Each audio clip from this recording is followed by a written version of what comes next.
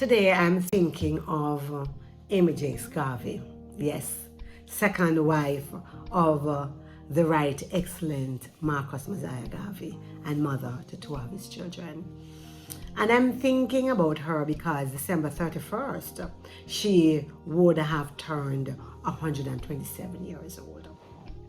But I'm also thinking, especially in these days when we talk so much about the work that women do, lifting up half the nation, as they say, and as we talk about equality and parity, and as we also look at the path that has been made before us of so many women, I don't believe that we have paid sufficient homage and tribute to the work of Amy Jacques Garvey.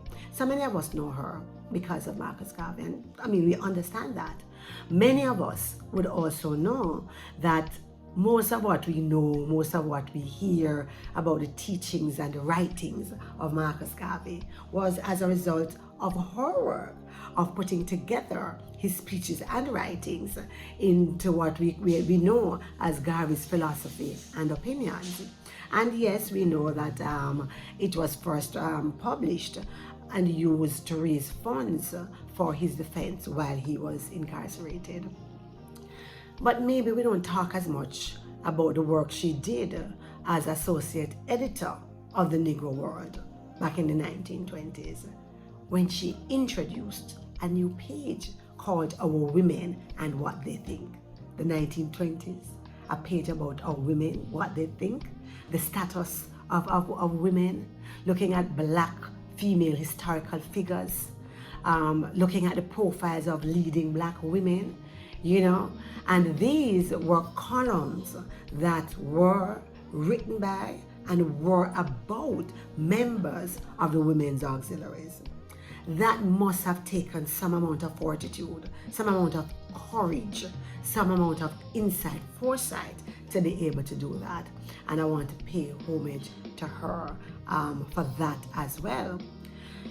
Many may also not recognize that even after Marcus Garvey's death in 1940, she continued the struggle. You know, yes, she continued the work for Black nationalism and for African independence. In fact, in 1944, she wrote a memorandum correlative of Africa, West Indies, and the Americas. And this she used to convince the UN representatives to actually adopt an African Freedom Charter. Yes, she did.